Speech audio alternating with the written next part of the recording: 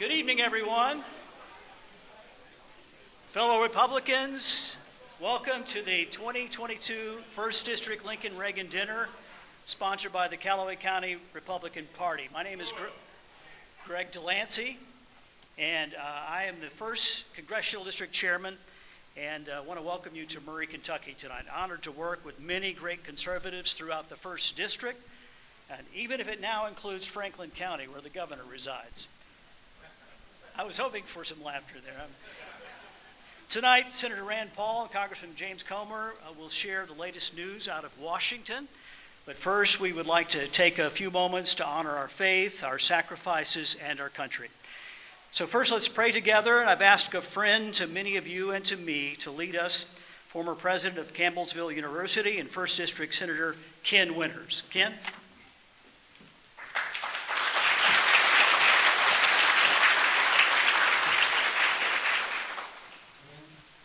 You'll see why I'm holding this mic up. I can hardly, Real close. you can hardly hear my voice. And my wife says that in your career, you've worn it out. That's what's wrong. I can't find anything else to blame it on. I guess that's about it. Would you join me in our opening prayer? Heavenly Father, we come to you tonight to thank you for your never-ending love for each of us. I lift up this great audience to you that assembled to fellowship and to hear from elected officials and those aspiring to such an office. Lord, I lift up our country to you tonight. I especially ask that you give us the understanding, the will, the courage, and the stamina to do the work that must be done for our country. I pray that you will bless the hands of those that were involved in planning and executing this event tonight. It's in Christ's name that I pray. Amen. Thank you, Ken. We always want to take a moment and honor those within our armed services, and we'd like those of you that serve to stand or are serving in the military uniform services now. Would you please stand?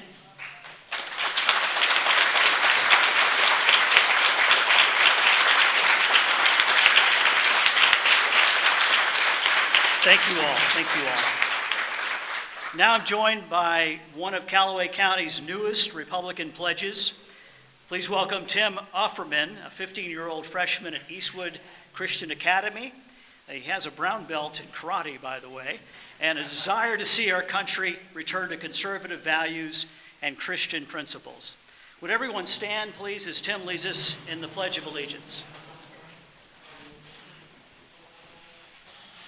I pledge allegiance to the flag of the United States of America and to the republic for which it stands, one nation, under God, indivisible, with liberty and justice for all.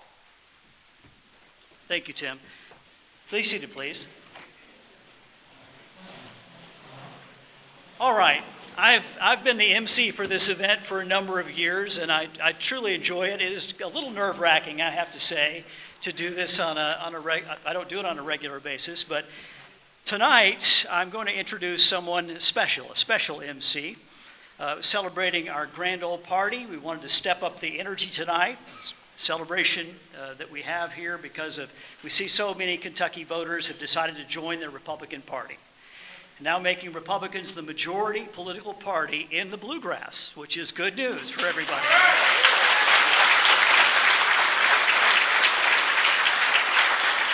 So thinking about that energy and excitement, we thought it fitting to reach out to the Energizer Bunny of the Republican Party in Kentucky. Let's welcome Allison Ball, Kentucky State Treasurer. Well, good evening, everyone. Is this mic working? It doesn't seem like it. Can you hear me? Yes? Okay, great. You can hear me. Wonderful. Well, I am excited to be with you today. I really feel like this is important, what we're doing here today. And I'll tell you, a way that you know that this is important to me is that today is my 6th wedding anniversary. And my husband and I, we talked about, is this the right place for me to be on our 6th anniversary on Saturday evening? And we both really felt like what we are doing here tonight is so important. It is important for our state. It's important for our country. So yes, absolutely, we can celebrate our anniversary tomorrow and, in pieces. But today it is important for me to be here today with you. I believe in what we're doing. It is critically important. This year we have races that are extremely important. We've got a Senate race. We've got a congressional race. We have state reps. We have state Senate. We have local races. Next year we have gubernatorial races. We have to make sure we get a Republican governor in Kentucky. And then the year after that,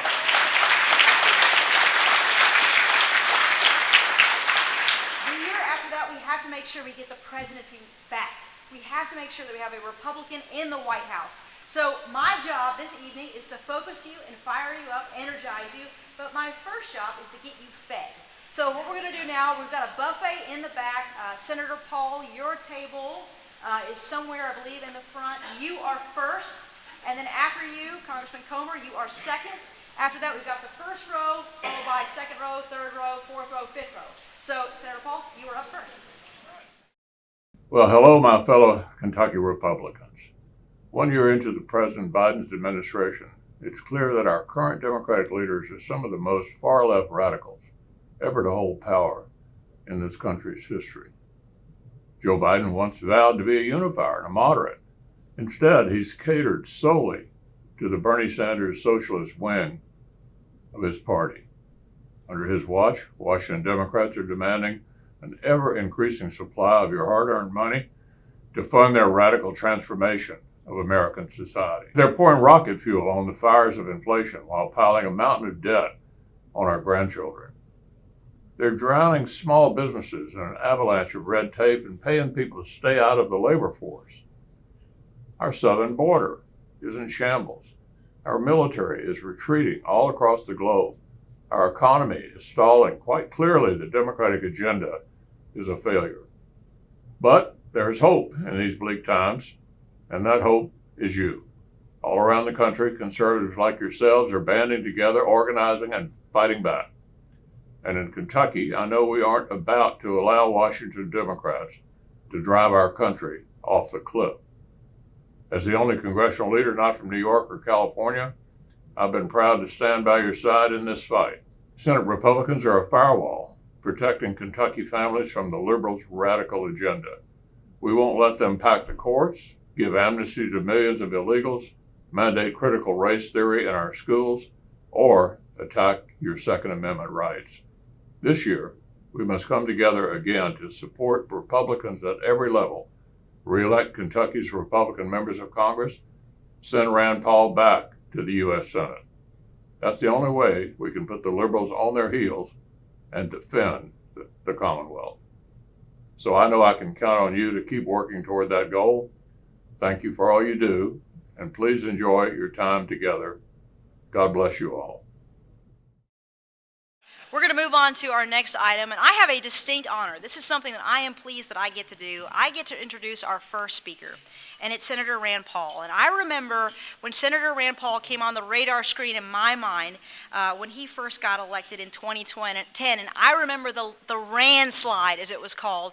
I was prosecuting in eastern Kentucky, and I remember all of us were caught up because there was somebody who was talking about fiscal responsibility, one of my hot buttons, who was talking about the Constitution and talking about liberty. And he has been a champion for all three of those things while he's been in D.C. representing us. I'm excited to have him here. He also is a medical doctor. And who would have thought we'd be living through a pandemic? He has been a voice of reason, a voice of accuracy, and I have been so grateful that he's been where he's been at.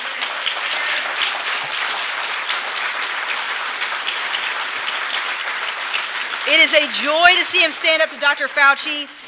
With that, Dr. Paul, thank you so much for being here. I'm so excited to hear your words because it's always inspiration. And we want to send you back to D.C. We want to re-elect you. Thank you. Thank you. One thing I learned about politics pretty quickly when I did run for office is that it matters what you wear. And most of the time I wear the wrong thing, and I'm told that often. You got the wrong this, the wrong that. But I did learn that people actually look and see what kind of belt you're wearing. So I'm pandering for votes. I'm up for election. Anybody see my belt?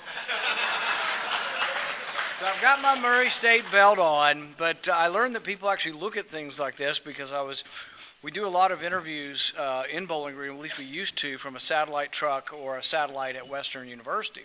So one day I go in there, and Gary Ransdale was the president at the time, and he comes up to me and he's like, "Oh, we love having you, and it's great," and we have this great conversation. He says, "But, you know, I don't think you can stay." And I said, "Why?" He said, "Well," and he pointed at my belt. My kids had given me a UK belt. And but it's also a way to get free stuff, because I said, "Well, you know, I would wear a Western belt if I had one." So I did get a belt in the mail, and apparently you can take gifts from state universities. Go figure. But that's okay with the ethics folks. There is a big, big, big red wave coming, and we're all going to be part of it.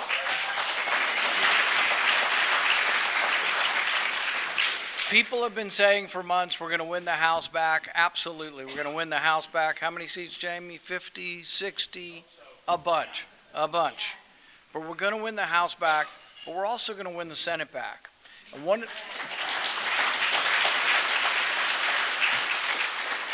of the indicators that a lot of people watch is just this generic ballot. You're going to vote Republican or Democrat. And it changes over time, because as you get closer to election, you have likely voters, and the elections are decided by the people who vote, not by the people who have an opinion and don't vote. So as we get closer and closer, we're now getting to likely voters. We're about a month out, and in the generic poll, it's 5 points up for Republicans. Now, why is that good news? I don't think we've ever been better than -3 that I know of. I mean, we sometimes are even, but we're almost always negative in that poll, and we usually do better than that. I'll give you an example. Ron Johnson's a good friend of mine, good senator from Wisconsin. He won last time, and he was never better than -3. So the polls really, you know, there is some inaccuracy. Some say it's purposeful, probably some of that to depress us and say don't go vote. But some of it also is just they're not very good at doing it. They just they are mistaken in their notion. But the polls are looking good. But we don't get across the finish line until we get across the finish line. We have to work through the finish.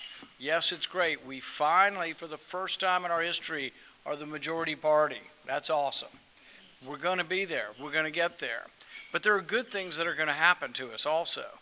One of the things that's going to happen, and Jamie can fill you in on how all of a sudden he's going to be a chairman, but it took a lot of things to coming together. But he will be chairman if they win. I think they're going to win. He'll be chairman of the Oversight Committee.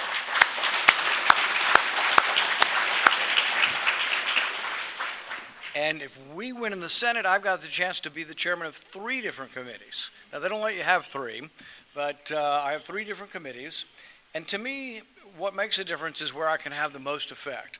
The thing that I've probably worked harder on in the last, 2 years is trying to hold the public health and Fauci accountable. And that's what I plan on doing.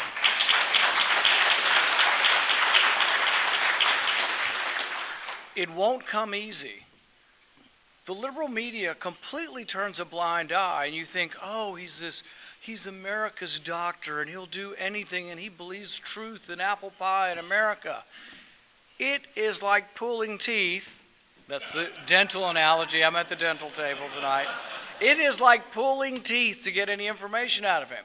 So all of the different bits of information you've got about him attacking other people and the conversations with Collins, that's all through Freedom of Information Act.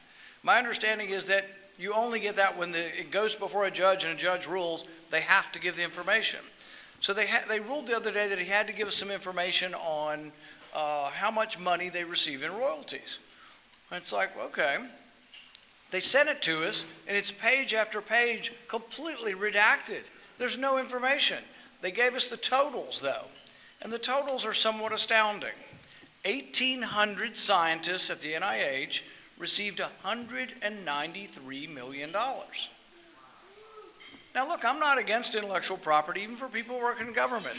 I could live with that. But you ought to say which company, paid the person and which individual got it.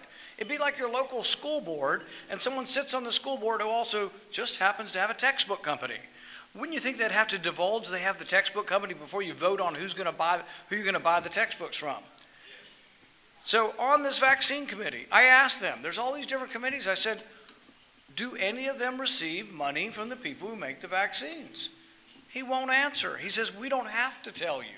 There was a law passed in 1980 that says we don't have to tell you. And not one peep from anybody in the media. Imagine if the shoe were on the other foot, if it was someone they didn't like, someone on our side about transparency, how crazy they would go.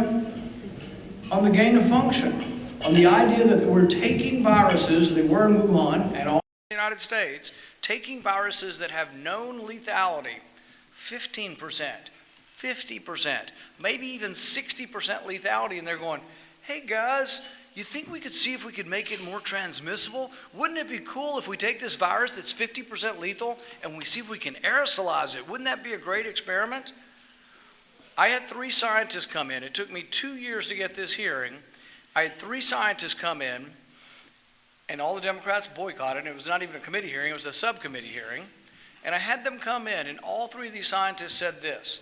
They said that gain-of-function research, where you take a virus of known lethality that's not very infectious, and you make it more infectious, and particularly more infectious in humans, they say it should be regulated as if it were nuclear weapons. And not a peep from the other side. 1 million people died in our country. And you can argue whether the number's accurate or not, but we all know people who died. It was a deadly virus. And yet, not one hearing. They're not interested in the subject. Do you know how many hearings we've had on whether or not the plastic in your baby's bottle causes cancer? Dozens. And I've even approved them when we were in the majority just to get them off my back. We let them have a hearing on whether plastic causes cancer. It doesn't.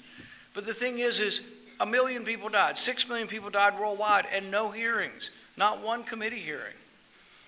So I promise you this, if I get the gavel and I get the ability to subpoena him, we're subpoenaing every last bit of his records.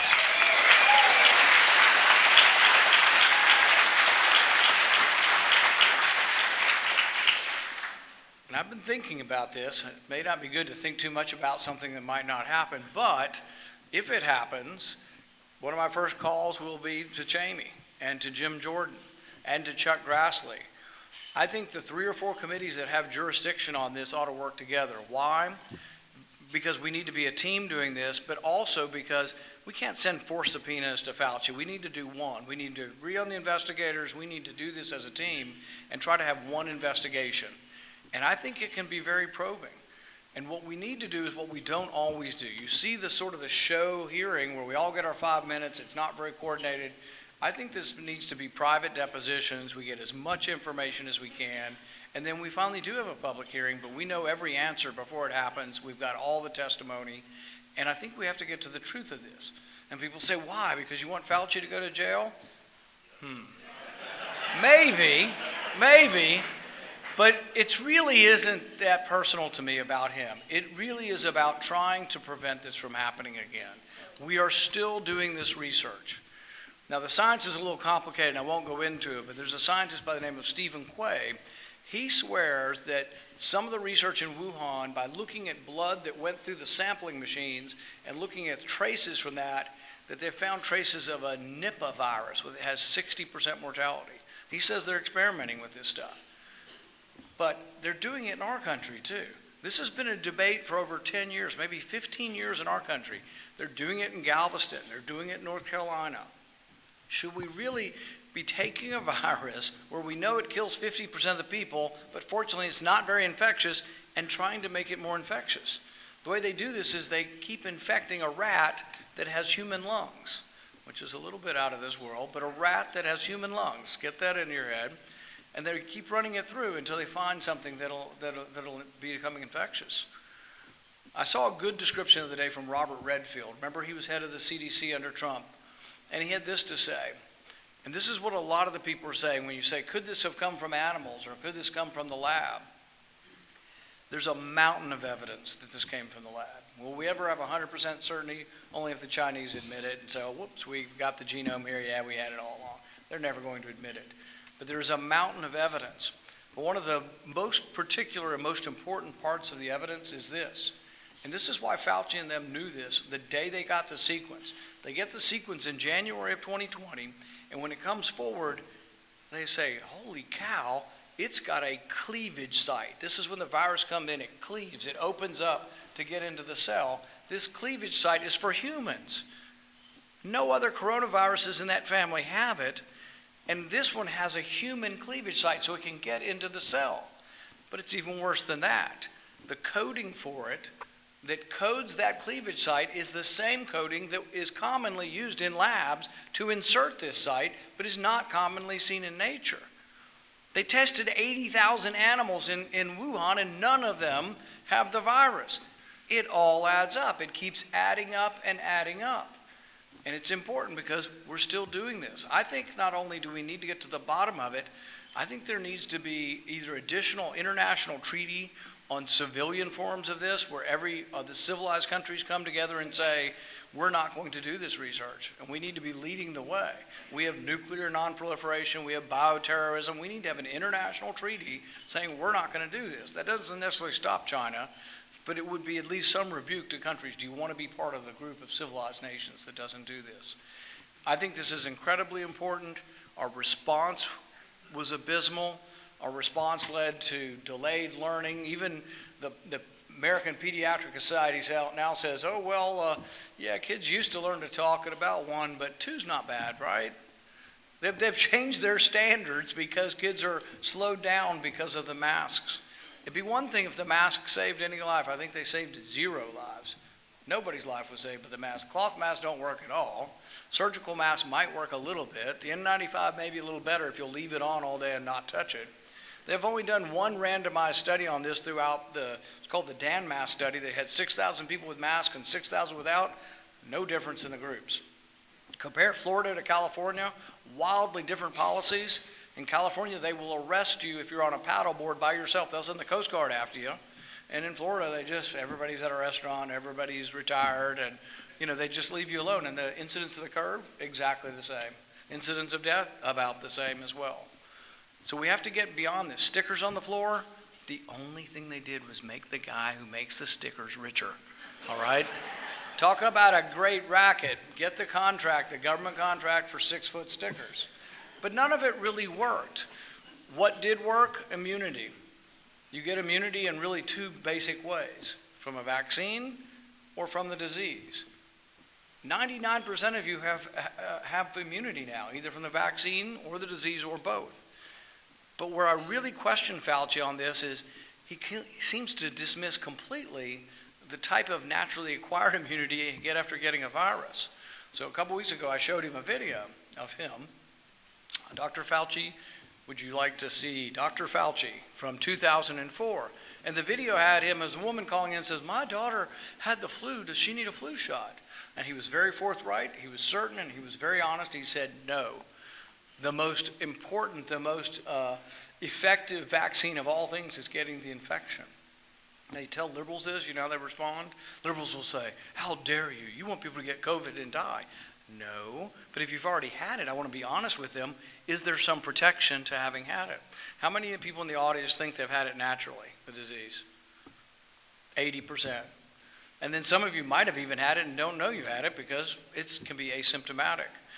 But the thing is that you need information. So if you've had 2 vaccines, and like I say, I'm not against the vaccine. If I were vulnerable and hadn't had it, I would get it. My in-laws got it, the vaccine. If you've had 2 vaccines and you've been infected, do you need another vaccine? Well, they have the information. They can tell you this. Instead, they say, oh, your kids need 3 vaccines. But you know why they say that? I asked Dr. Fauci, does it prevent transmission? No. Does it keep the kids out of the hospital? No. Does it keep the kids from dying? Well, we just don't have enough information. They don't have enough information because the answer is 0. If your child has had COVID, I try to find another child that you know of or have read about that has had COVID, got it again, and died. The death rate for the first time around is 1 in 2 million. So we have to push back on this. We can never, ever let them lock us down again.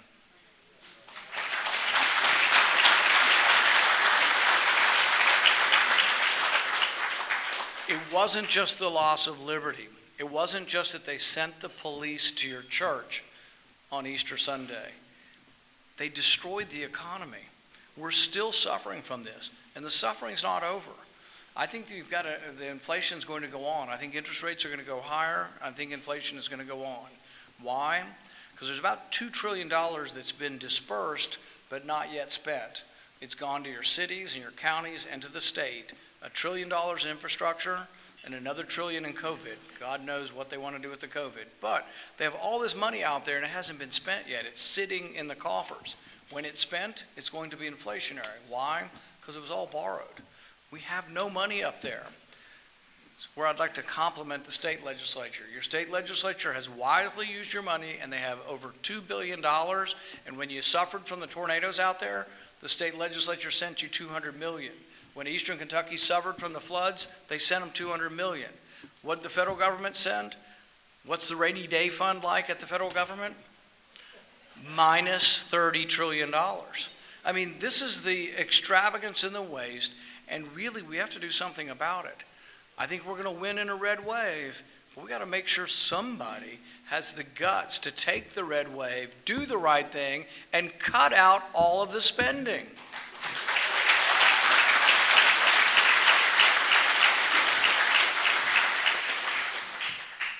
The job of government, the function of government, the thing that we believe in as a party, is that our rights come from our Creator. Our job is to defend your liberty above and all. And sometimes we get confused. We think, well, what about this legislation, or what about this? Yes, that's part of government, but don't ever forget that our primary goal, our primary reason for being involved is to protect your liberty, your religious liberty, your right of association, your freedom of speech. All of these things are precious. They predate government. Government was instituted among men to protect these liberties. We have to remember what our function is, what we are trying to do. When we think, oh, it's about power. Yeah, we love to win. We're like a baseball team or football team. We're going to win. But we don't win to want power for power's sake. Our founding fathers devised a system where we would divide power, and one power would check another. Madison said we will pit ambition against ambition. The ambition of men and women to accumulate power will be balanced against men and women who will choose to check that balance. That's what finally happened in your state. DWP, you know, the governor, drunk with power, thought he was a king, and he was until the legislature came back. And you should thank every one of your state legislators for taking the power away. No longer will your governor, any governor, Republican or Democrat, have the power to declare emergencies that will be unchecked. Your state legislature did that for you.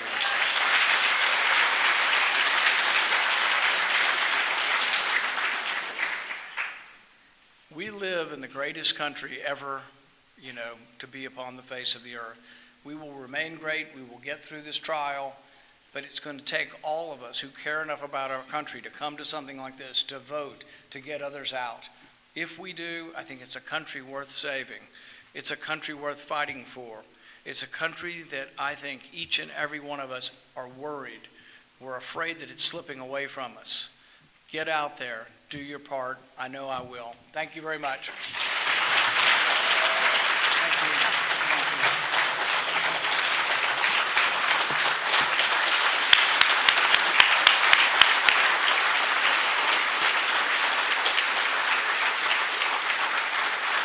And that's why we're going to re-elect Senator Paul this November in just actually not very long, it's a little over a month. Our next speaker is 1st District Congressman Jamie Comer. He hails from one of the most Republican counties in the state. Monroe County is so red, it is blood red. Sheila is cheering that on because she's from there. He is a true farmer, graduated from Western and graduated in ag and bought a farm as soon as he got out of school. He was a 6-term state rep. I have been told from people from Monroe County that even as a little boy, they knew he was destined to be a leader in this state, and that's proved to be true. I remember I first heard about him. He was first on my radar screen again when I was prosecuting in Eastern Kentucky, and I was in my hometown, so it was about 90% registered Democrat. I always tell people that I made everything bipartisan whenever I showed up because I was the only Republican. And I was working in the prosecutor's office that was led by the Democrat chair of Floyd County. And I remember in 2011, when he was running for Commissioner of Agriculture, we were all talking about who we were going to vote for. And I, of course, was voting for all the Republicans. But to my surprise, everyone in the office said they were all voting for Jamie Comer for Commissioner of Agriculture. And they were all diehard Democrats, but they knew that he was the right person for that job. So I knew there was something special about Jamie Comer. He's proven that to be true. I've watched him grow in influence as a gubernatorial candidate and then as a congressman. And if you had watched that video from McConnell, you would have heard him say that Kentucky punches above its weight class. And that is true, and Jamie Comer has done that. He's on Fox regularly, and he is the leader to expose the scandal of Hunter Biden. So, Congressman Comer, it's an honor to have you up here. And we're going to re-elect you too.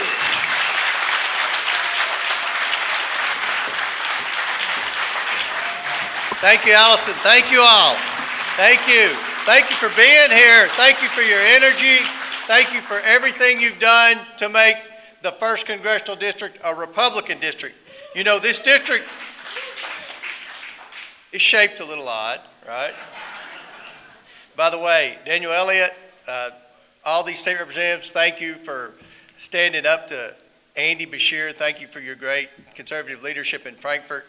Daniel Elliott's here from Boyle County, the newest county in the 1st Congressional District. That's Danville. Welcome to the 1st Congressional District, Daniel. I'm not going to ask how many miles, but 260, 275? Okay, all right. Yeah, well, it was worth it. That's right. It's great to hear from Senator Paul. I look forward to working with him in the investigation arena. As Allison said, and as Rand talked about, we're going to play leading roles in investigations. I'm going to touch on that, but first, I have to say this. My first vote, if I'm reelected in January, will be to fire Nancy Pelosi as Speaker of the House of Representatives.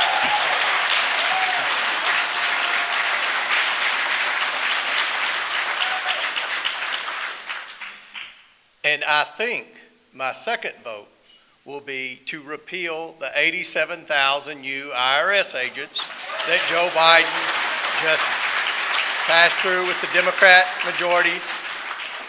I had to make sure with my friend Dean Owen that wasn't going to be too bad for his business, and he said to go ahead and do it. It was the right thing, so I appreciate that. You know, the Democrats sold the 87,000 new IRS agents as going after tax cheats and things like that. You know, that sounds good. But if you look at the legislation and you start digging, the majority of those employees were going to be for customer service reps, because if you've tried to call the IRS, you can't get a human being on the phone. In fact, our caseworkers at our three district offices in Paducah, Madisonville, and Tompkinsville, they spend a lot of time helping constituents try to access their IRS refunds, and the IRS is behind over a year. One thing we found on the Oversight Committee is, of all the government agencies, the IRS has the second highest number of employees who are still working from home because of COVID. So maybe if they'll get back to work, then we can get caught up. And I don't think we need to grow government anymore, and that's going to be the first vote that we do to reduce the size of government. I'm real excited about the opportunity to be chairman of the House Oversight Committee. And you know, Jim Jordan and I were talking about the conversation he had with Rand Paul on Dr. Fauci, and I think that's a great idea. This is so serious. We need to get depositions. We need to hold people accountable. I agree we need to make sure this never happens again, but we need to hold people accountable. And I think if the Senate and the House work together, then that's going to be make things quicker and more efficient, and get not only the answers everyone in the world deserves, but also hold people accountable for any wrongdoing. So I'm excited about that. But I want to mention, in my limited time, the other investigation that I'll be a major part of, and that is what the media calls the Hunter Biden investigation. But let me tell you, it's really the Biden family influence peddling investigation, because it's not just Hunter Biden.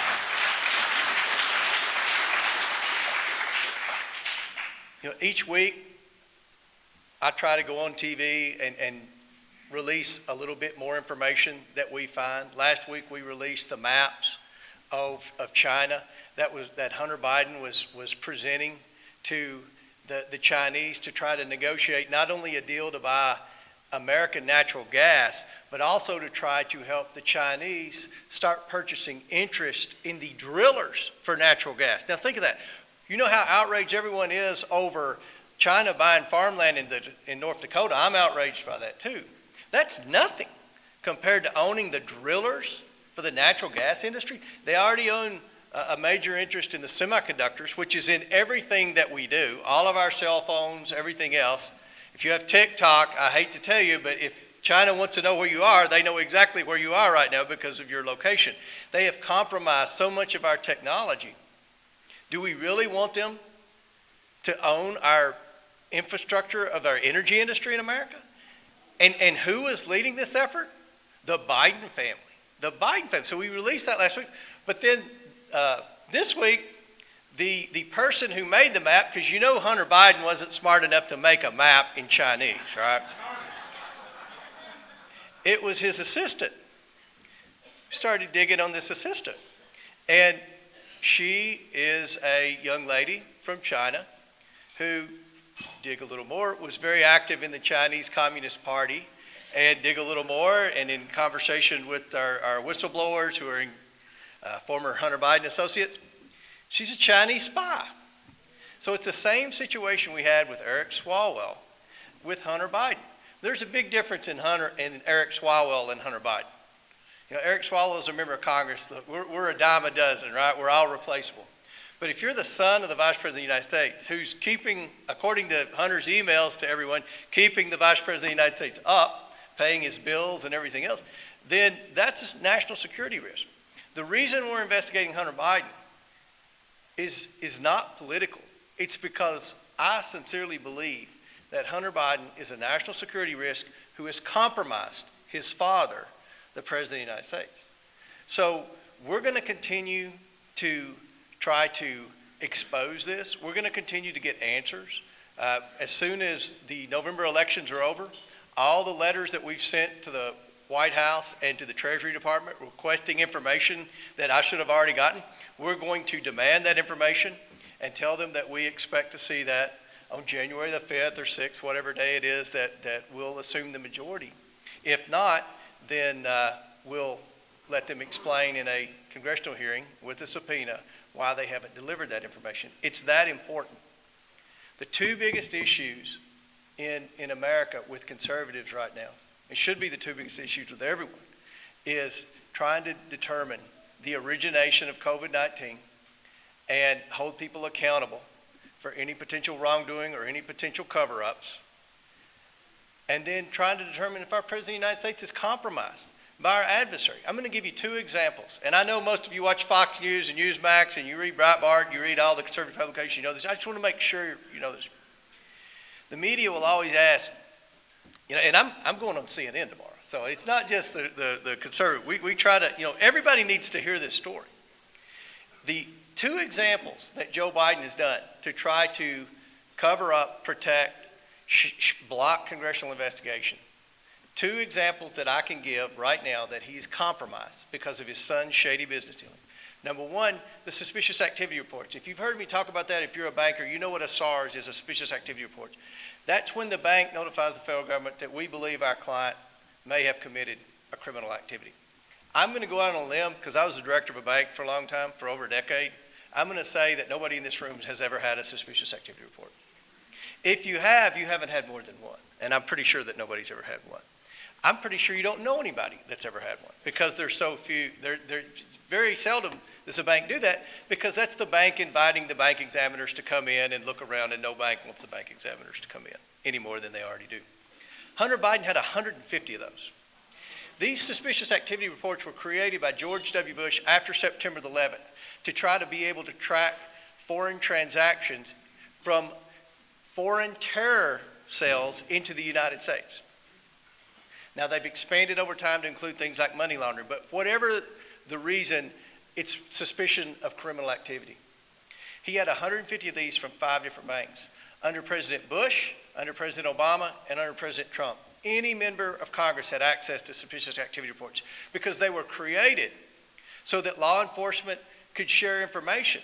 Because when we saw who flew the planes into the buildings on September 11th, it was obvious that Saudi Arabia had been transferring money in for all their expenses. Somebody should have known that, but they didn't, because of privacy laws in the bank and things like that. That's why those things were created.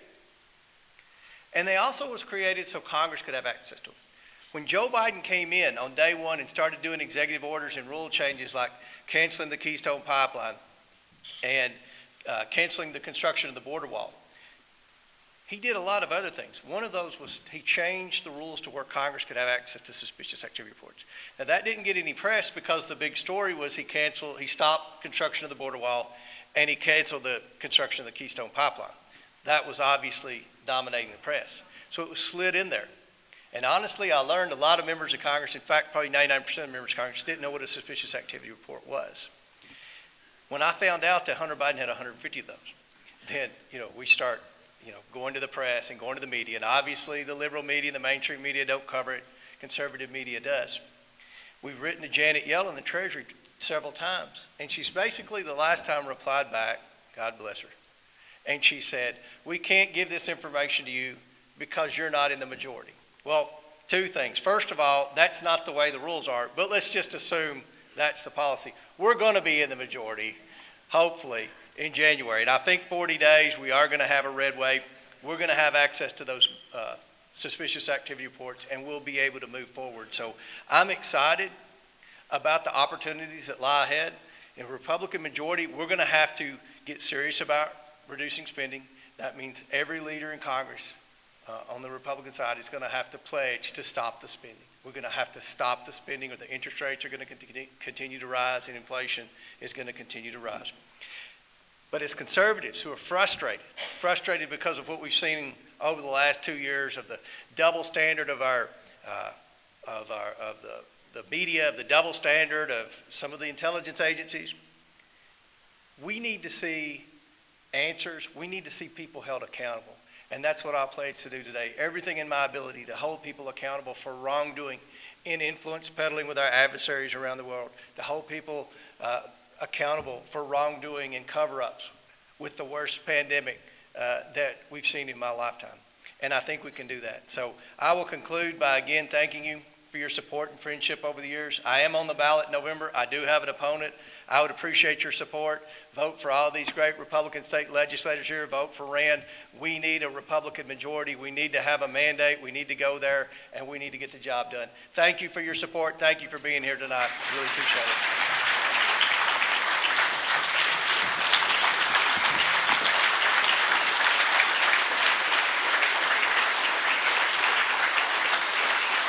You've already heard from Senator Paul about the Kentucky General Assembly and how they stood up to the governor, and we are grateful to them for all they've done. They've been stalwarts for liberty, and we actually have several of them here, so I'm going to recognize who is here tonight so you can show your appreciation to them. We have 5th District State Representative Mary Beth Imes. She just walked away. But we're glad that she's here. Her husband, who's Calloway County Judge Executive Kenny Imes, thank you for being here. We're in your home. 1st District State Rep and Majority Floor Leader Stephen Rudy. 2nd District State Rep Richard Heath. 3rd District State Rep Randy Bridges. 6th District State Rep Chris Freeland. All the way from Boyle County, we have Dan Elliott, State Rep, who I've actually known since we were in high school. So he's done great things. Thank you, Dan, for being here. Well, this is one of the most interesting moments of the night because you are going to get to hear in just a moment who may be our next governor of Kentucky. We've got 6 gubernatorial candidates who are here. That isn't the complete list, but that's a pretty good list. So for those of you who are running for governor, would you please stand up, get ready. We're going to have all of you come on stage. And then we are going to do this an interesting way. We're going to be absolutely fair in the order. So gentlemen and lady, if you would please come up on the stage right now. That would be great.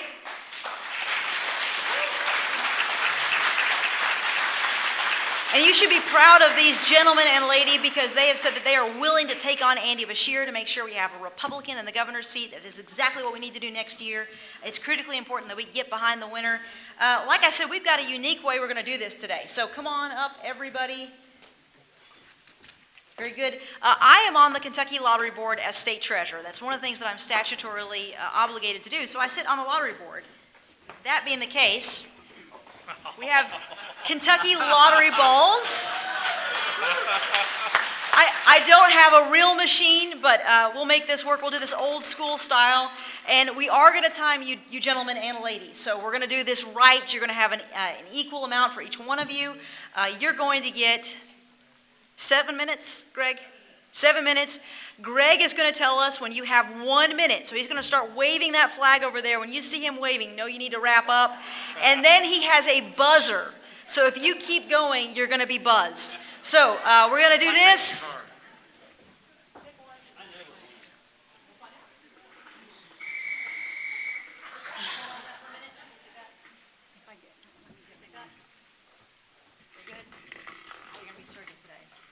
Surrogate, okay.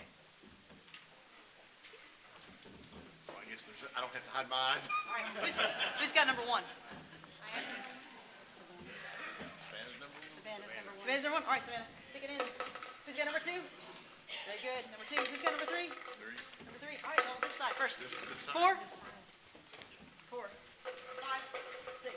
Okay, remember your numbers because I'm going to have trouble remembering that. Very good. With that, number one, Savannah Maddox. It's up to you.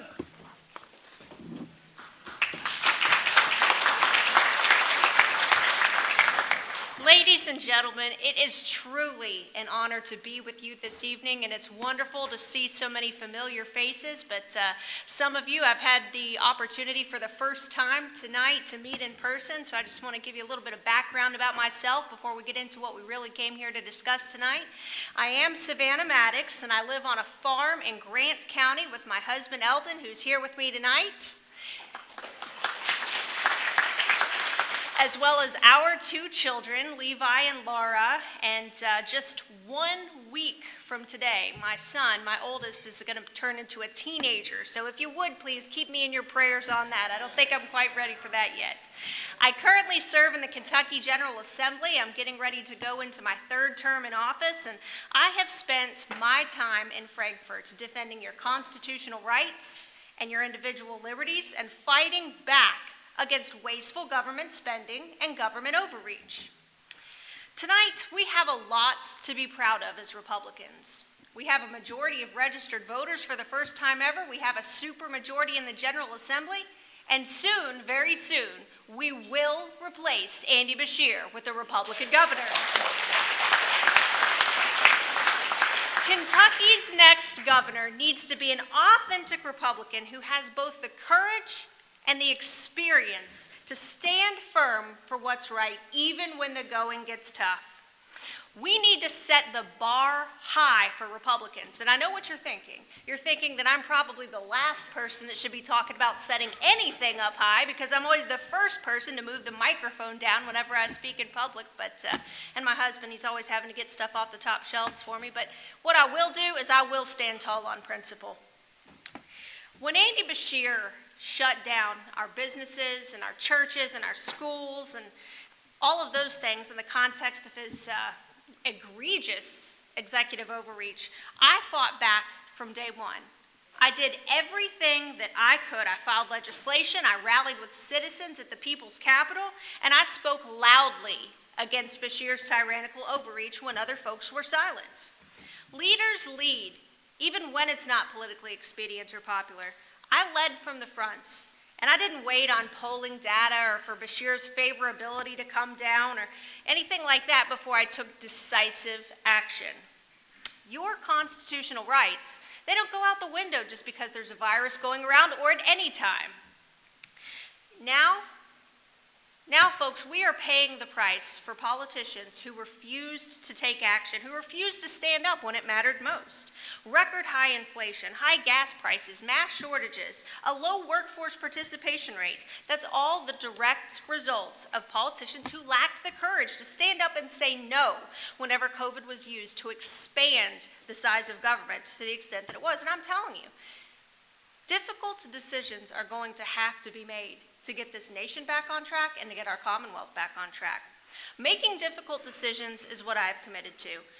And with the most conservative voting record in the Kentucky General Assembly, according to the American Conservative Union and CPAC, I have made good on that promise.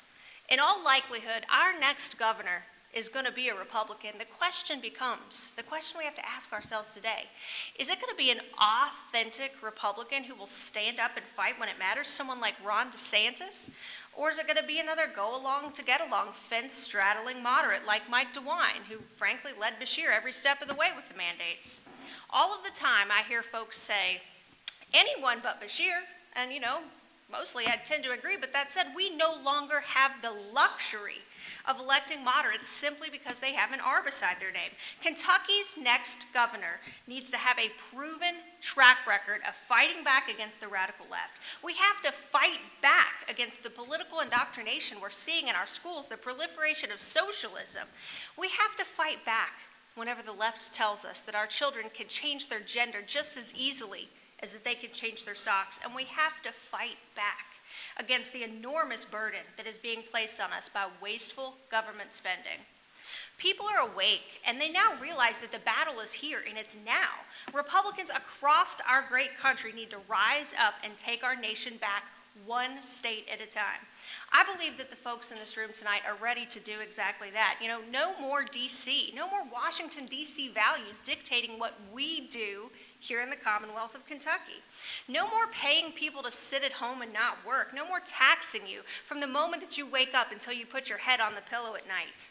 We have to get government out of the way and let private industry and the free market flourish. But most of all, we must redefine the appropriate role of government in our lives to reflect the vision that our founders intended.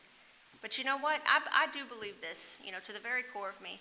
We can and we will transform Kentucky into a beacon of conservative values for the entire nation if we are willing to put our foot down, stand firm on principle, and lead from the front.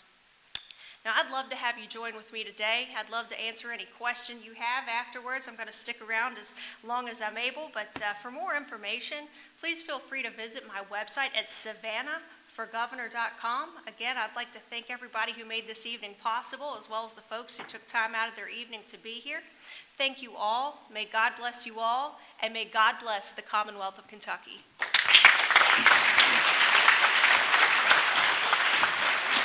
Under time, that was excellent. Eric Dieters is running for governor. He was on his way here, and I think he got delayed, so he has a surrogate, a pitch hitter, who's ready to speak for him today. Is it Diane? Diana. Okay, excellent. Come on up. Thank you. Good evening. Good evening. I am not Eric Dieters. If you were to look up Eric Dieters, you would see he has no hair, and I am not him. I got the call this afternoon and said that you have to go. We had a situation arise that you need to speak, and I'm not used to doing this, so you're going to get the heart. I asked God, I said, so what should I say? What should I write down and what should I tell you? I thought I need to tell you who Eric is. I don't need to tell you that he stands for the First, Second, Third, Fourth, Fifth, Seventh Amendments, all the amendments. He's pro-life. I need to let you know who the man himself is. And that's what's going to give you a modicum, maybe just a little niggling in your brain to say, I need to take another look at Eric Dieters. I am a staunch conservative Republican woman. I'm 70 years old and decided last year that I needed to get off my couch and work for this nation and work for the state of Kentucky. And therefore I volunteered first, and then it's led on and on and on. And so I work for Eric Dieters because I believe in Eric Dieters. I believe that he is the one non-career politician that can fight for us. He got his name as the Bulldog, and a lot of you have heard that because of his show, and because he started fighting for the small guy in trials. He did over 100 trials. And he went on to do Bulldog Media, and he every day talks about situations and things, and you say, well, he's loud, and he speaks with passion. Well, so do I. So do I, because if I see danger coming, or if you see danger coming out in that world, would you say, please get out of the road because you're going to get run over by the truck? Or would you say, get out of the road? There's danger ahead. There is danger in this country. We all know it. There is danger in this state. We must fight to keep our conservative values. He believes that the children should have no sexual exploitation in schools. He believes the Department of Education should give the rights back to the parents. I want the rights for my grandchildren given back to my son. He believes there should be no transgender. He believes that criminals that abuse children and come against children should have stiffer sentences. He believes in he needs no vaccination mandates. Yeah, you can see that I'm not, as my illustrious here, I'm not as well spoken, but he believes in that. He also believes in election integrity, and I'm going to tell you why. And I thank you, where are you at, Congressman Comer, for mentioning the Hunter Biden, because we believe that the election was stolen. We believe that President Trump was a great president and should have been still there. And a lot of you might not believe that, but I believe that he is. If it were not for that, he did a great job. Did he speak up? Did he say everything right? No. Eric doesn't either, but he will be transparent. He will always fight for you. And I'll give you 2 examples real quickly before they bing the bell on me. Last year, 500 nurses, vax mandate, lost their jobs, had no money to pursue their cases. They came to his law firm, and they said, will you fight for us? Not 1 penny did they ever get. Not 1 penny did they ever pay for that. He fought it for a year, and it was turned down by the Kentucky Supreme Court that their jobs gone. They needed to take the vaccination or not. It was a sad day for him because he had put all his money in that litigation. Further on, if you've ever heard of the butcher of Pakistan, he had 580 plaintiffs come to him that had had needless spinal surgeries by a butcher doctor, Dr. Durrani, who has now went back to Pakistan. He sued these people for 4 years using his own money to take care of their families and them because they had none. They could not work. This is the guy that's fighting for the small guy that says, my pocket may be empty, but it's okay. I'm going to live till I can do what I can for the nation. Last week, thank you God, a federal judge ruled for his favor and for the 580 people that had needless surgery with big issues with the big hospital. It was a collaboration of the hospital and the surgeon. That's the kind of person that he is. And that's what I'm here to tell you, to vote for him. Take a look at him. See his record. I could give you accolades galore, and I don't want to do that. I want to tell you about the man. I want to tell you about the man he is. Last year, Freedom Fest, he wasn't running for governor. He decided that the people needed hope because you and you and you and you and me are inundated from the northwest, south, and west with problems. We don't like to hear about them, but we have them. And they're fighting government. And like Congressman Comer and Senator Rand, they're fighting for our government. So he got on Freedom Fest. He said, let's give the people some joy. 8,000 people came. Nobody paid a penny. Everybody left happy with joy. They said, Eric, why don't you run for something? Why don't you give a run for something? He said, okay, I will. This year, 2 weeks ago, we had Freedom Fest number 2. Donald Trump Jr., Eric Trump came, Kimberly Guilfoyle, Candace Owens. Some of them called him up and said, we want to be part of this. And you know the reaction that we got back from that? As you looked upon the swell of people, just masses, 15,000 people, laying with their kids, their grandmothers, their everything. The normal, everyday guys that can't afford to go to a function that costs them $35,000. They were there. They listened. They cheered. And the 1,000 remarks we got back was, thank you for giving us hope. Thank you for telling us that we're not alone. Well, you know the problems, and we're not alone. And everybody has felt being alone. He's been ostracized. He's been put down. He's been, for instance, I want to tell Calloway County, for instance. See you 1 minute. Thank you for your gracious invitation. Last week he was given one. They revoked it, said we are not welcome at our event, GOP, because our attendees said you couldn't. I said, since when do the attendees of a dinner and a GOP dinner be able to say who can come and who can't if you're a staunch conservative? I just want you to say, when everything so simple became so complex, I don't know. But now I've given you a thought in your head, and I hope that seed grows, and you look at him and say, this could be my guy. He's not a politician, but he's a fighter.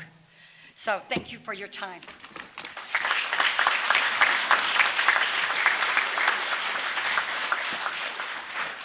Mike Harmon, you are up. Thank you, thank you. How's everybody doing tonight? Is this exciting? Oh, come on, this is exciting.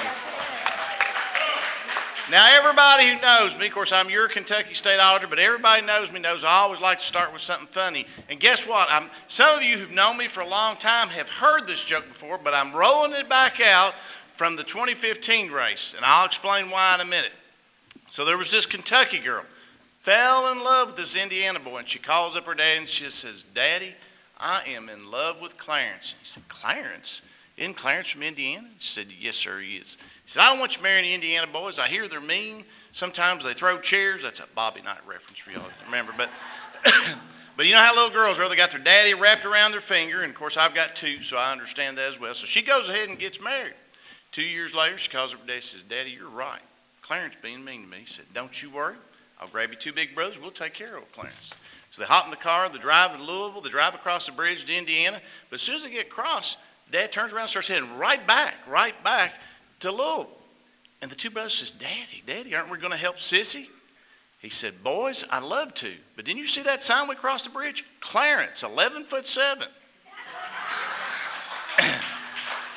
I'm sorry.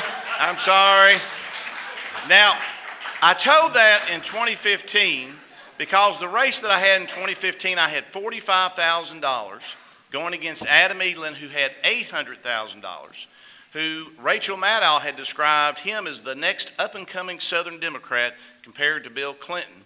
And God blessed us with a victory, and I became the first Republican auditor elected since 1967. Because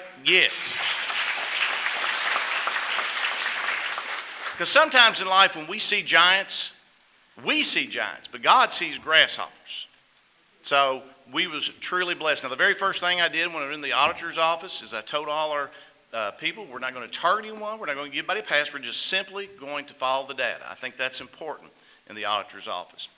And we have worked hard to help government be efficient, effective, and ethical, and we have held this governor accountable. It was our office in an audit that we did that found out that there were 400,000 emails that was sent to the unemployment assistance line that just got archived. They didn't even bother looking at them when so many people were struggling to get their unemployment. It was our office that found out that there were 10 employees within the Office of Unemployment Insurance, still full-time employed, that applied for unemployment compensation and accessed their own accounts, even though they had been specifically trained not to access their own accounts. That particular finding we referred to the Attorney General's Office and Executive Branch Ethics. So we have worked hard. Now, prior to being auditor, I had 13 years in the Kentucky General Assembly. When I was first elected to the Kentucky General Assembly, I was the first Republican from Boyle County in 102 years to be elected to the State House. And during my time in the 13 years, I ranked high in the conservative vote, in the very top tier, sometimes the very top, sometimes there. And, you know, we've talked about the COVID mandates. I remember when there was an attempt to try to make the HPV virus vaccine required for young ladies before they could go to school, public or private. And good people like myself and others in the House worked hard to stop that. Republicans worked hard to stop that. So I am not unaccustomed to standing up for your rights. Now, I'll tell you, I may not be the most polished politician out there, but if you want someone who loves the Lord and loves his family and loves his country, and in that order, well, I hope you'll think of me. If you want someone who has stood up for your conservative values, have fought hard for your conservative values, really most of my life, but definitely an elected position for 20 plus years, I hope you will think of me. Now, I also tell people that the people in the race, and unfortunately Kelly kind of messed this up, but up until she got in, I was the oldest, and actually I'm still the most experienced. And I was telling one boy here west, I said, you know, I'm the oldest, I'm the most experienced, and I'm the funniest. And I told that to him, and he looked at me and he said, well, 2 out of 3 ain't bad. So I hope he wasn't talking about my humor, because I really like that. But, you know, we've got an important race ahead of us. You know, everyone on here is my friends, but iron sharpens iron. It truly does. Iron sharpens iron.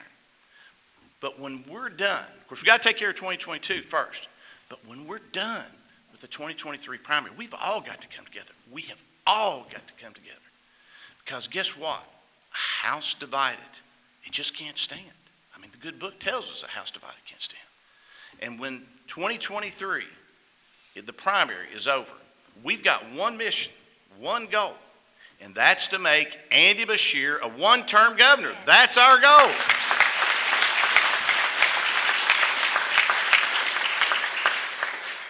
Now, I could stand up here and talk a lot of other things. Of course, I'm very proud of our General Assembly. Like I said, I'd worked with him. I served with Jamie.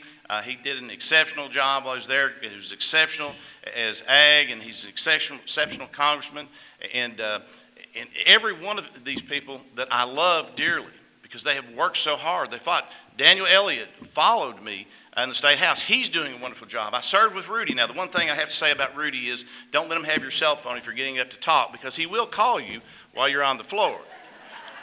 No, but you all have done a wonderful, wonderful job. I appreciate you all standing up and fighting for the people of this state. So I will leave you with this. If you want more information about my race for governor, you can go to MikeHarmon.com. But once again, let me say that when it's over, let's all come together. Thank you all. God bless.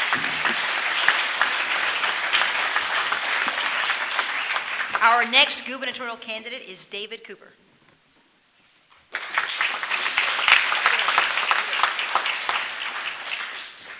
Allison, thank you for introducing me. It's a privilege and honor. You said it was a privilege and an honor to get to introduce Senator Paul. I got the honor and privilege to get to do that one time, and I'm hoping he gets to introduce me one day. Thank you again. Thank you, Congressman Comer, General Assembly, Mr. DeLance. Thank you, everyone, for coming. Other candidates, appreciate it. I know it's hard to. I'm the no name. No one knows who I am, so I would like to spend a little bit of time talking to you about who I am. If you saw my first two speeches, you'll know I am not good live, so I apologize for that now. I'm a blue-collar worker, and there's a young man in the audience that has a name tag, it says his name, and it says ordinary blue-collar worker. I'm a 24-year blue-collar worker. All right, I've been working since I was 15. I joined the military when I was 17 years old. How many people do that? Not a lot. I've been serving for 22 years in the Kentucky Army National Guard, and I'm still serving today. I'm the only candidate that is serving. And I know that a lot of soldiers in the Kentucky Guard get a little upset because we don't have a leader who has served. We had, I don't like talking about that guy, but we had Bevan, but I don't think he did Kentucky right. So you finally got a service member running who's going to be in charge of the Kentucky Army National Guard. Like I said, I've been in for 22 years, and I've worked on just about every natural disaster the state's had. I've worked on floods. I've worked in forest fires. I didn't get to work the tornado because in 2020 I was deployed, and I got back on December 30th. My wife said, "You do not get to go anywhere for 1 year." And I said, "Okay, I can do that. I'm a man of my word." January 21st came up, and I got a phone call like, "Hey, you want to go to the riots up in D.C.?" I was like, "Hold on 1 second. Hey, babe." As I asked that question again, they're like, "You want to go?" And she said, "He ain't going nowhere." So I was like, there's your answer. And then in December, you guys had the tornadoes. And I'm like, "Let me go, please." I was like, "I know it's not been a year, but let me go." She's like, "You said 1 year." So I said, "All right, let me compromise." And this is where I'm getting to the point. I said, "Compromise with me. Let me take a U-Haul truck down here." And I did. I brought a 20-foot U-Haul truck down here, just chock full of everything you can imagine. And when I got here, this lady came out and she goes, "Thank you so much, thank you so much. And I want you to come on in here and get some food." I'm like, no, I'm just going to drop this off and get out of here. And she goes, "If you don't get inside and get some food, we're going to wrestle." And I was like, "Okay, yes, ma'am." So she really made it a point to say that, Kentucky, we're an honorary bunch of people, but by God, we know how to work. And you all have done an amazing job the last 10 months. All right, you all have really made a comeback. Now, I know we're not at 100% down here, but you all have done a great job. Eastern Kentucky is going to be the same, I think. So, what do I want to accomplish? Well, I think we need to get trade schools. I know some schools have trade schools in the state, but we need to really push that more in middle school and more into high school so we can get some of these trade schools, these kids coming out of high school and going straight into work where they're making $50,000, $60,000 a year instead of going, I'm not against college, but instead of going to college, getting in debt, we need trade school workers as well. So I really want to push that. We need a life skills class.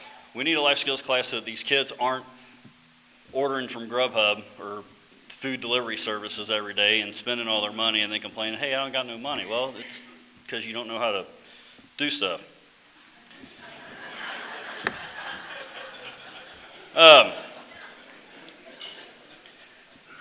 Guys, y'all, ladies and gentlemen, I love my Commonwealth. If I didn't, I would have gotten out of the military a long time ago. I just would have stayed in the private sector, just blue collar. But I love serving the state, and I love serving you all. All right, and you know, one of the people here said that we need a governor like Ron DeSantis. I don't think so. I think what we need is a governor who's done things like Ron DeSantis, like keeping our churches open during pandemics, keeping our small businesses open during pandemics. In fact, all of my campaign materials have come from small business. I've not ordered one thing from the large business. So, proven track record of fighting. I've been deployed 3 times. Afghanistan once. I was blown up 4 times, and God thankfully let me come back here. So, I'm David Cooper. If you want to learn more about me or learn more about my issues, I got a table back there in the back on the left. I got a website, cooperforky.com. I would love to be your all's next governor, so I need your help to do that. Thanks.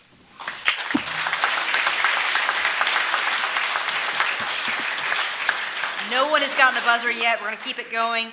Our next gubernatorial candidate is Daniel Cameron.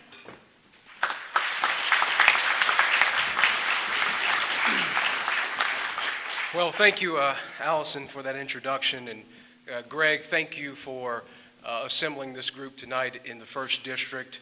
I got to sit next to Tim Opperwell. Is that right? Am I close? Yeah? Tim is the reason that we do this. Tim is, amen, that's right. Tim is a young, bright, exceptionally strong, conservative kid who's here this evening, and I'm grateful for you. And I know all the grown-ups in here just want to do right by you and continue with our conservative values. So God bless you, Tim. Thank you. And David is right. This region has been resilient when it's come to rebuilding from the tornadoes.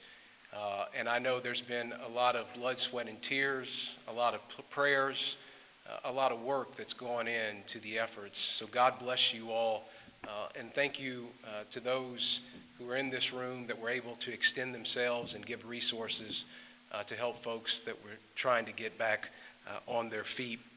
You know, as I stand here today, I look to my right and see Ronald Reagan and Abraham Lincoln's on our left. Of course, when this party was founded, it was founded because it meant to be the voice of the marginalized, the downtrodden, those that couldn't necessarily speak for themselves. And this party has always stood for those values of common sense and fair play. Of course, we always have stood for the idea of free markets and strong tax policies. But at the end of the day, it's been common sense and fair play that has attracted a coalition, a movement of folks that have joined this party. In fact, it was common sense and fair play that told Abraham Lincoln that we had to get end slavery here in this country. Otherwise, we couldn't live up to this nation's founding. It was common sense and fair play that told Teddy Roosevelt that the financial health and interest of this country couldn't be held in the hands of a few in big business. And it was common sense and fair play that told Ronald Reagan that we had to get the thumbs of the bureaucrats in Washington, D.C. off the backs of the hardworking men and women of this country. Otherwise, we would lose the patriotic and innovative spirit of this country. Ladies and gentlemen, common sense and fair play have been the legacy of the Republican Party, and it must be its future as well.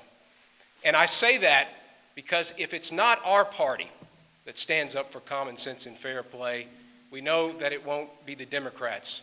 We've seen that with this current administration in Washington, D.C.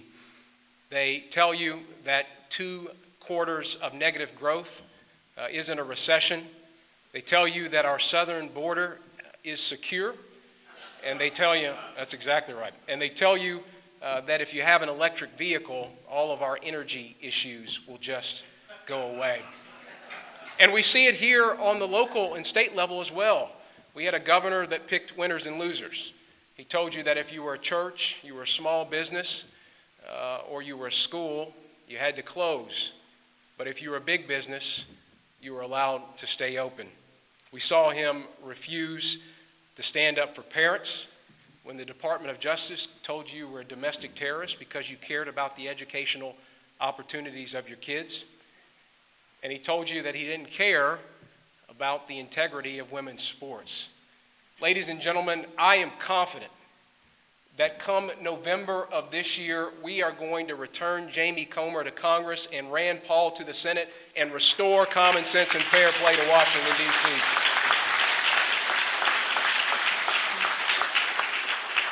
And then after we make sure that red wave happens in Washington, D.C., we've got to be focused on November of 2023. Obviously, there are a lot of candidates in this primary, but I firmly believe that we've got to have an agenda and a policy that firmly looks at governing from common sense and fair play. Over my course, the last 3 years of Attorney General, I have tried to stand for those things because in my judgment, those are enshrined in our state and federal constitution. So when it came to the Biden vaccine mandates, we stood up for the rights of the Commonwealth of Kentucky and pushed against those vaccines. And because of the work that we did, the Head Start vaccine has been halted. The federal contractor vaccine mandate has been halted. The OSHA vaccine mandate has been halted because we have stood firm for the constitutional rights of the citizens of the Commonwealth of Kentucky.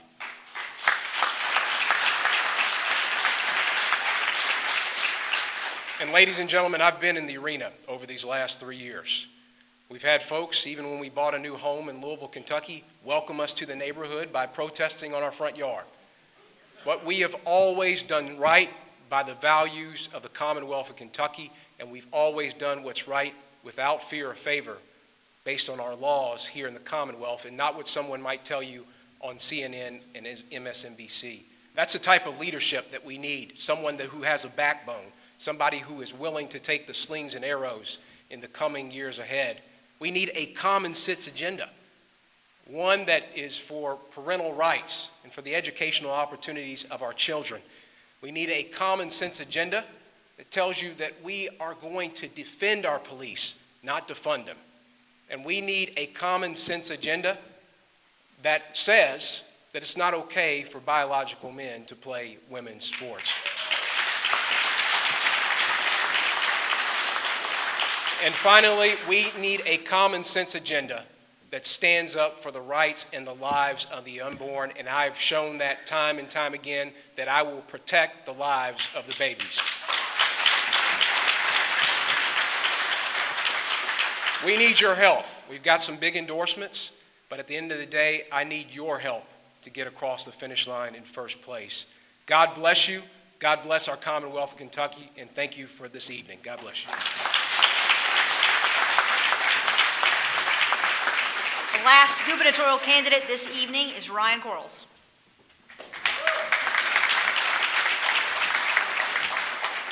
Well, good evening and happy October 1st, or as Joe Biden would say, happy Groundhog's Day. You know, UK may have come up a little bit short today, but the Racers are playing right now. Let's give them a round of applause. They have the W tonight. I love coming down to Western and West Kentucky. I'm here a lot as your ag commissioner. Agriculture plays a big role in this part of the state. And I'm so proud that after the tornadoes that my office, Kentucky Farm Bureau and your rural extension agents, we raised $1.5 million to help our farmers get back on their feet after the tornadoes came through this area. Ladies and gentlemen, it is time for a new governor of the Commonwealth of Kentucky. Let's not forget that it was Andy Beshear that shut down Main Street, Kentucky, but the big box stores stayed open. He shut down our schools, which has led to educational decline and outcomes. He sent state troopers to our churches on Easter Sunday. Just because we live through a global pandemic doesn't mean that our rights, freedoms, and liberties as Americans and as Kentuckians should be thrown out the window. We need a governor that respects our Constitution. During COVID, I focused on two things. As your ag commissioner, I helped keep people fed. But secondly, I fought to keep Kentucky open. I was the first of the constitutional officers to challenge the governor in court and was successful in keeping over 500 small family farm agritourism businesses open for business, which led to another discussion in Frankfurt about why we need to rein in an out-of-control governor. So thank you, legislators, for everything that you've done. You deserve a round of applause for reining in this out-of-control governor as well. We need a governor that's going to work with our supermajorities and not sue our supermajorities. The governor right now is suing me over the Kentucky State Fair. He's wasting my time and your money. And one thing I like to tell people is that Andy Beshear did not watch the same Schoolhouse Rock video that maybe we watched growing up about how a bill becomes a law. He can't be the legislative, executive, and judicial branch all rolled into one. I will be a governor that respects and works with the other co-equal branches of government. You have my word on that. So what do I believe in? What do I believe in? I'm a Christian. I'm pro-life. I'm a defender of the Second Amendment. And the next statement I'm about to say is something I never thought would be a controversial statement in my lifetime here in America. I will be a governor that protects and supports our men and women in law enforcement. This fantasy of defunding the police has run its course.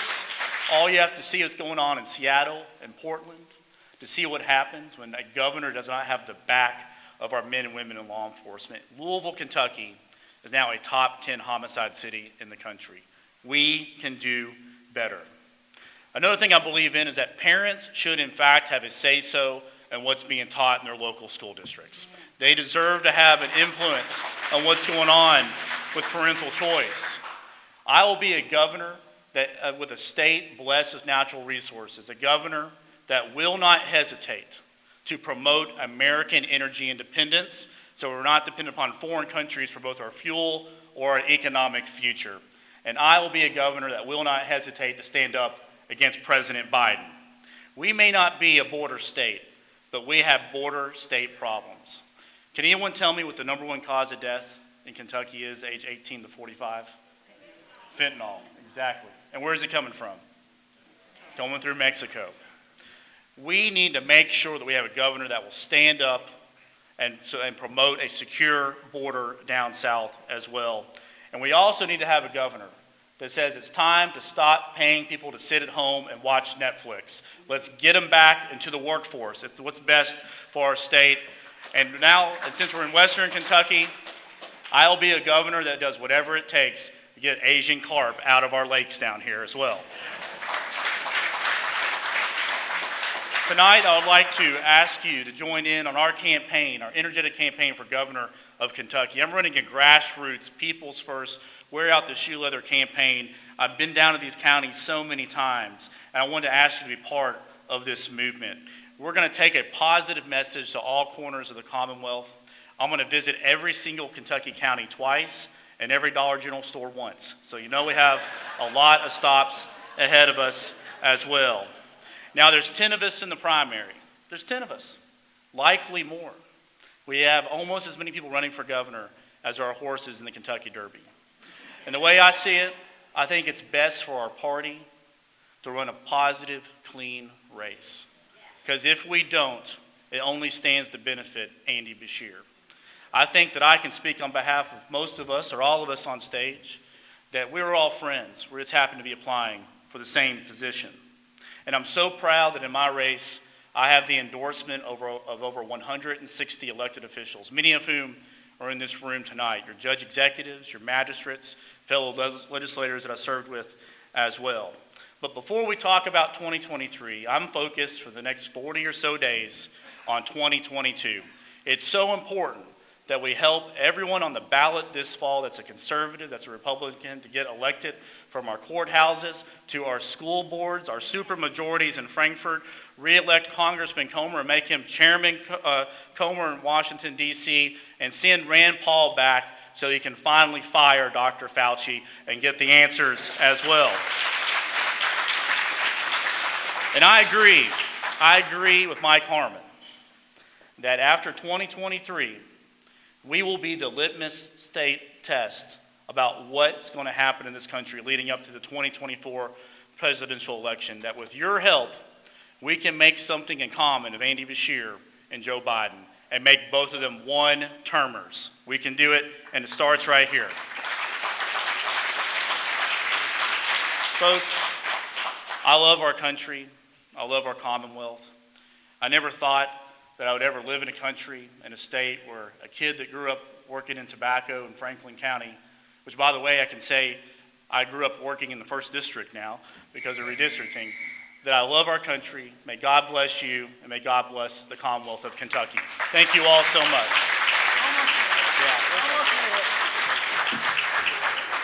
Well, I think it speaks tremendously well about the strength of our party and the health of our party that we have 10 candidates. We have great candidates who are running for governor. I am confident about the future of our party, and I'm sure you should be too. The next thing I want to do, we've already recognized the members of the State House, but we have a member of the State Senate who's here too. I want to recognize Senator Jason Howell, and I want to thank you as well because you've been standing toe-to-toe against the governor, and I want to thank you. I also want to thank the Calloway County Republicans because you are our hosts tonight. So without you, we wouldn't be here. Thank you for all you've done. I know there's been a team of dedicated Republicans who have put this on tonight, so thank you to all of you. So we clap for them. Murray State, you get our thanks too. Thank you for all you've done to make this a great place for us to be, and you do that every year for us. So thank you, Murray State. Great facility, great meal. The last item on our agenda, I think is very important. This is the constitutional officers that are down ballot. These are all the ones who are not running for governor. So gentlemen and ladies, you can get off the stage. Thank you so much for being up here.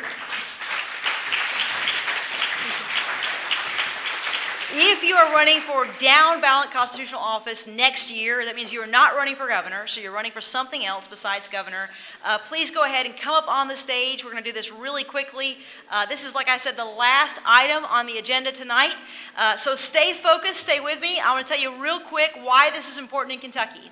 You may not know this about Kentucky, but this is unique. We're unlike all the other states in the United States. We are said to have the strongest separation of powers in the nation. And there's a legend, it may or may not be true, but it's passed on from lawyer to lawyer, it's been said for generations, that Thomas Jefferson, after he was involved in the United States Constitution, then came to Kentucky, and he said he'd learned a few things by that point in time, and he realized that the United States separation of powers was not strong enough.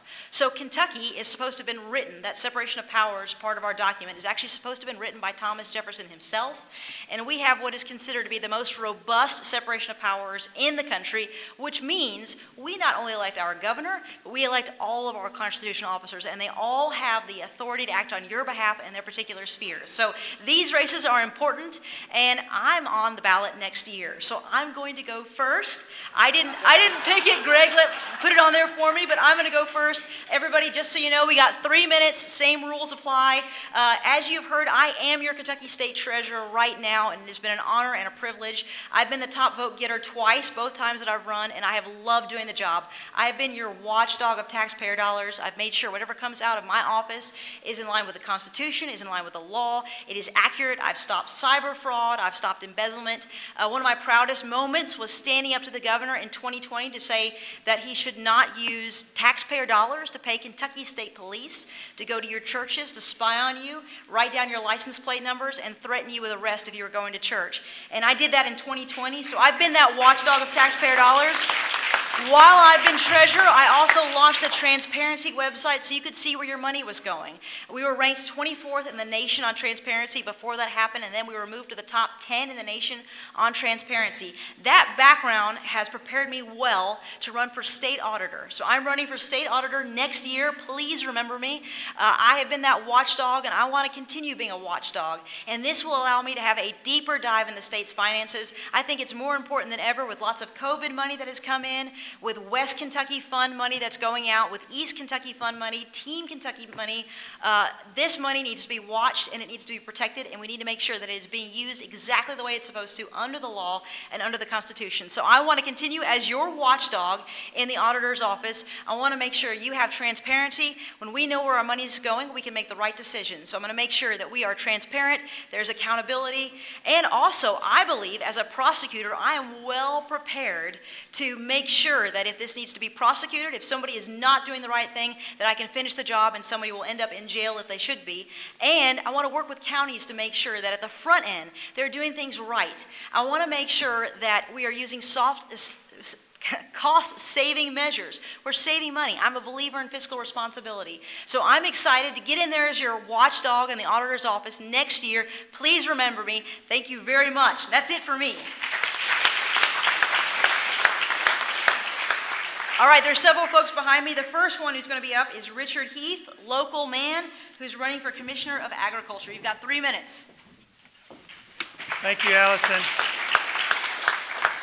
It's good to be home with the home crowd. I've been traveling the state because I am running statewide, but I'm also on the ballot in November as a House of Representatives. We're up for election every 2 years, so I'll be on the ballot in November for District 2. I represent all of Graves County, 8 precincts in McCracken County. So if you're in District 2, I need your vote in November. I'm also running statewide for Commissioner of Agriculture in 2023.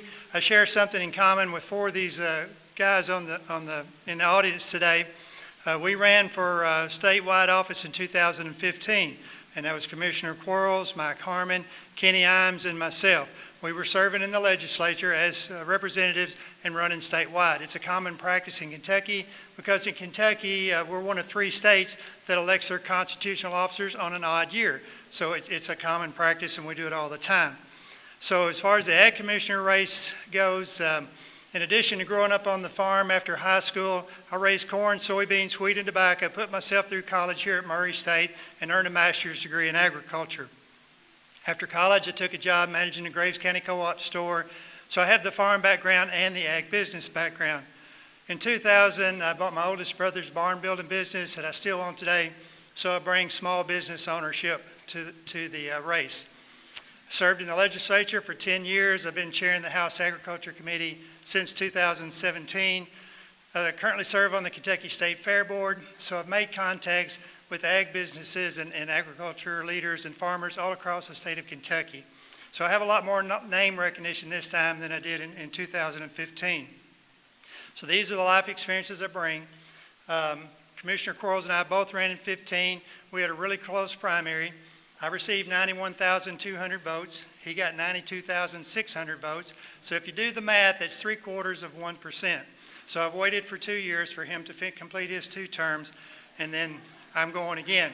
So if you're one of the 91,200 people that voted for me in 2015, I'm asking for your vote again and bring somebody with you. Thanks.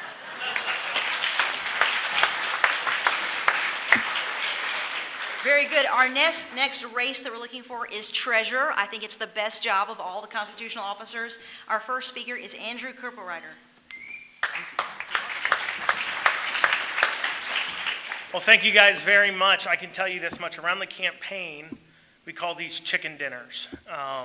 Anybody who's ever run statewide knows that you go to these dinners, they generally serve the same thing. However, Calloway County Republican Party in 1st District thank you for putting on one of the best meals I've ever had at one of these. Everybody give them a round of applause for that. So my name is Andrew Cooperrider. I'm running for state treasurer. I'm a Christian, I'm a family man, I'm a business owner. I have several companies. I employ about 25 Kentuckians. Some of you may remember me from one of my companies, Brewed, the coffee shop in Lexington that refused to shut down to the governor's mandates, something he still has me in court for, by the way, unfortunately. But for years now, I've been a conservative and Republican advocate. Because simply put, as a Christian, I could no longer accept what I couldn't change, and instead, I have got to change what I cannot accept. And we have a lot of things going on that we cannot accept. At the federal level, of course, we have inflation, we've got high gas prices. Here at the state level, though we're a red state, we still have to stay on guard about liberal predations in our culture. In fact, next Saturday, if you decide you hate your children, you can take them to a drag show happening on the old Capitol lawn in Frankfort that has children's activities here in Kentucky. You know, and that's why I'm running for treasurer. Because through mandates, through lockdowns, through all that, we always found the overreach by following the money. As state treasurer, I want to follow the money. I want to take the office in a slightly different direction. See, every 2 years, our legislature gets asked by all members of our government to spend more money. Well, I want the treasurer's office to come to them and tell them where they can spend less money, how they can spend less and get out of our lives. Something I think is incredibly important. We already started to do this as a citizen.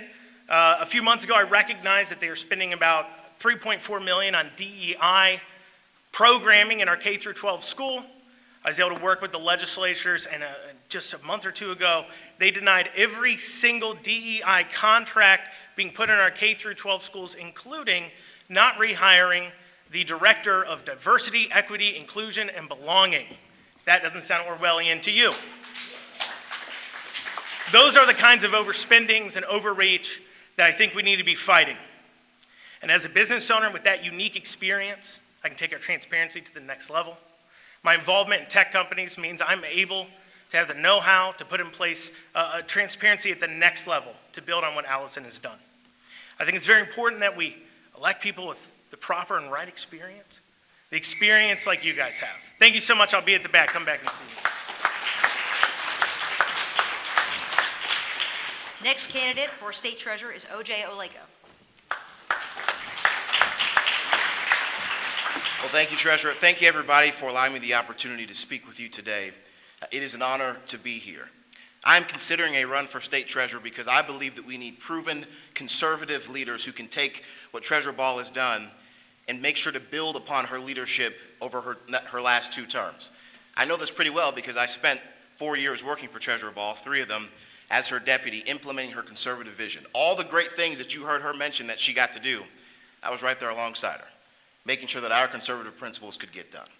Currently, I'm the president of a higher education organization that focuses on opportunities to provide kids the chance to go to college if that's what they want to do. But for the past 3 years, I've been in crisis management mode, leading the organization through the pandemic, fighting against Andy Beshear's mandates by making sure we could keep all 18 private colleges and universities open.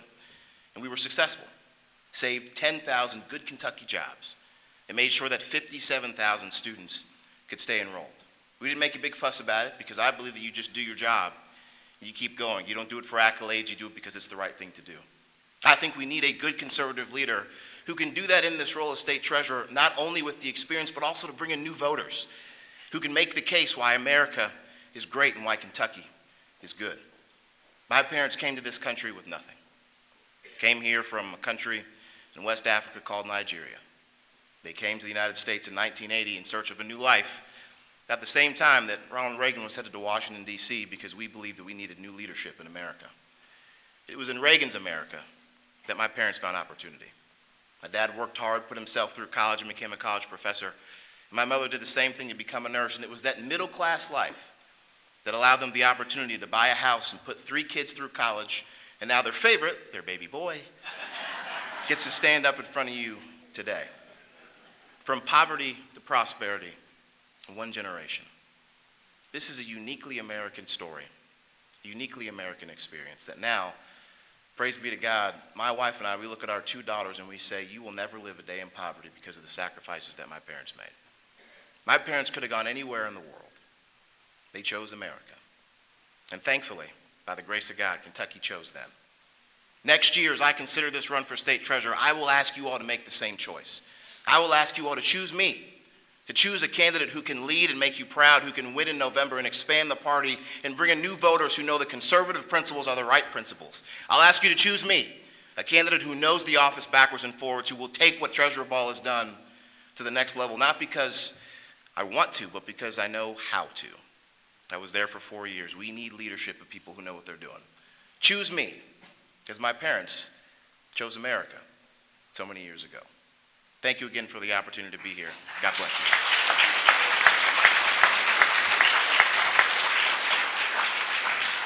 The last person you're going to hear from tonight, and the last candidate in the last race, is Attorney General. And I don't think we realized until Andy Beshear was in office how critically important it is that we have a Republican in that seat. So with that, please listen to Russell Coleman.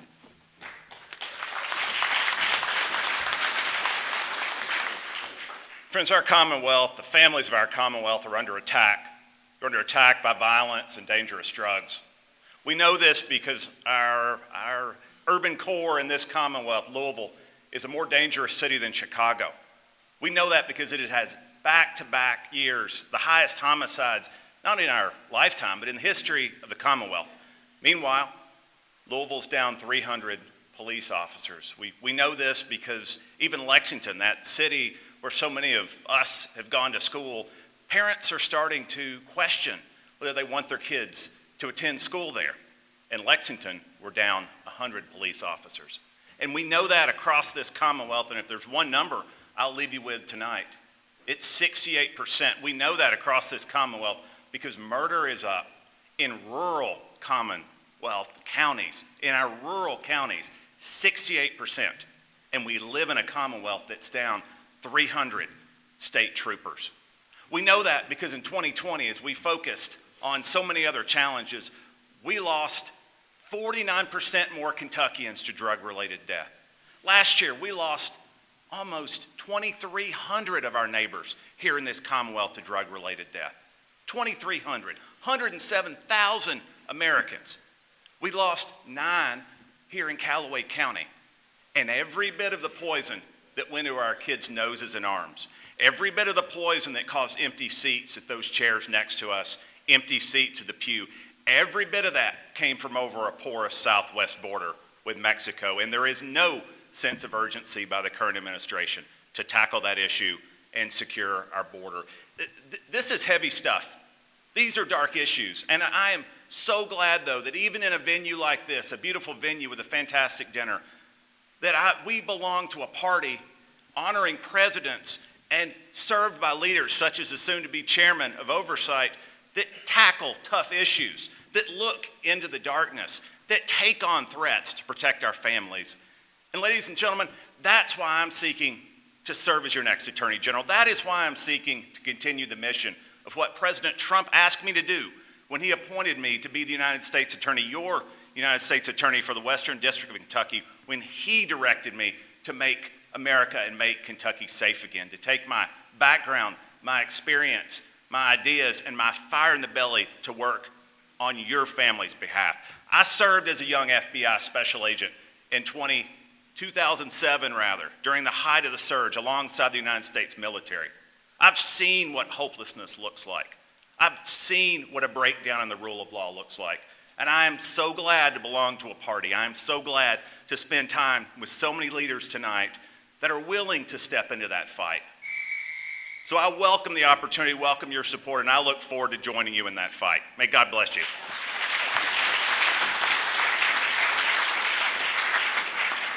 Well, ladies and gentlemen, this has been a wonderful evening with all of you, and as I get off this stage, as all these people get off the stage and you get ready to go, I want to just focus you for just a moment. You've heard great speakers, you've heard great candidates, and I want to focus you and encourage you. We are 30-some days till Election Day. Jamie, how many days do we have left?